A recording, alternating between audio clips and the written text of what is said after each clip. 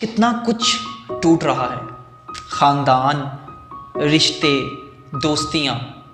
आज कलाम टूट रहा है क्योंकि बात करने की फुर्सत नहीं है। मुलाकातें टूट रही हैं क्योंकि मिलने का वक्त नहीं है। ज़रा सी गलती की देर है, तल्लुकात टूट रहे हैं। वक्त की फुर्सत से कलाम और तल्लुकात को जोड़ कर देखें।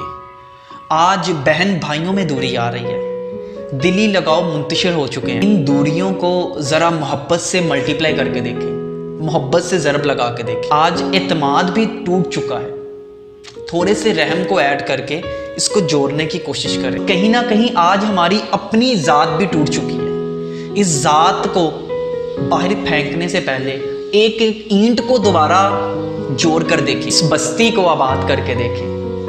क्योंकि टूटने के बाद जो लोग फिर से जुड़ते हैं वो लोग तो कमाल कर, खुद को एक दूसरे से जोड़ने का कमाल करके तो देखें। ये दुनिया हमारे लिए है, मेरे लिए है, आपके लिए है। दूसरों का दर्द सुनकर उन्हें तसल्ली दे, एक दूसरे को सुकून देकर देखें। ज़्यादा नहीं, बस थोड़ों को जोड़ के देखें।